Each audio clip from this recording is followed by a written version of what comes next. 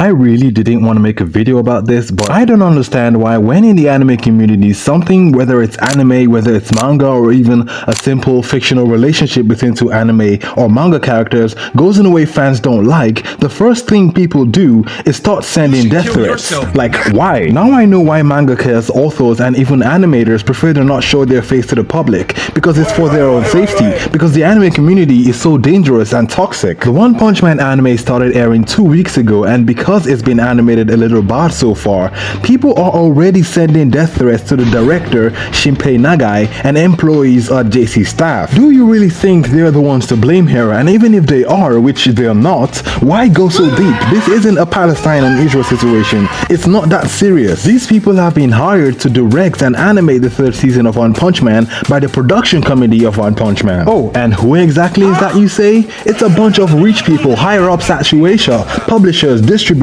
These guys are the ones that call the shots for anything that happens in One Punch Man. They provide the budget that JC staff uses to animate the series. They own the rights and license to One Punch Man. And you know what? They are the ones to blame, if anybody is to be blamed, for the mess we have in the 3rd season. Let me explain. So as I've said, the production committee owns the right to the One Punch Man trademark. After season 1 had aired, they were the ones to give the green light for a 2nd season. But it took them 4 years to do that for some reason, and when they announced a new season, they provide the money the animation studio uses to animate the project. It goes like this. If production brings $2 million to animate a new season and picks an animation studio, it's up to the animation studio to take the job or not. With the $2 million, if the animation studio sees that they can animate the season well on such a small budget and do the One Punch Man manga justice, they could decline the offer from the One Punch Man production committee and simply not do it. So the production committee will keep on approaching different animation studios with the same offer until one of them accepts the job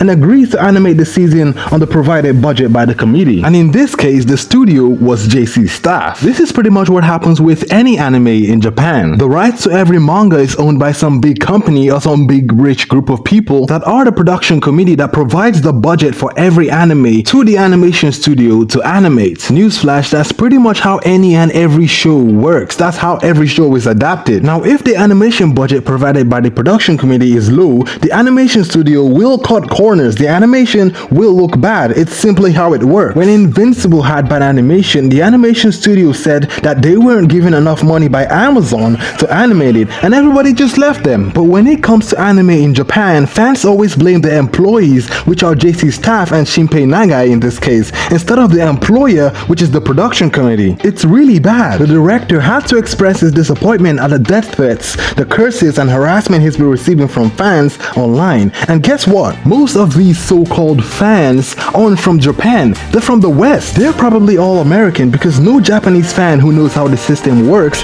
would attack the director and animation studio for the bad animation we've been getting. This is a problem not just One Punch Man fans have, but the anime community in general. And the animation isn't even that bad. We just think the One Punch Man manga deserves more. The comments are really too hard and toxic. These are hard-working people doing their best with what they have. The recent Tron movie was really bad, but you don't see people sending death threats to Jared Leto. Every recent Marvel project is terrible, but Kevin Feige is just not getting harassed. Why is it that it's only when it comes to Japanese media, anime, or manga do fans feel like they could go over the top with threats? It's terrible, it's disgusting, and it makes me regret being a part of this. We all know the director's history with him doing hentai. So what? You can't tell me you haven't watched hentai before, so why mock the man about his career? We're really not helping anybody here or making the situation any better. Sure, the animation sometimes forgets where it's put things. Sure, the animation is bad. Tell the production to give more money next time so the animation budget will be good enough to animate it well. Leave JC staff and the director out of this. I really don't like making videos like this, but I really just had to.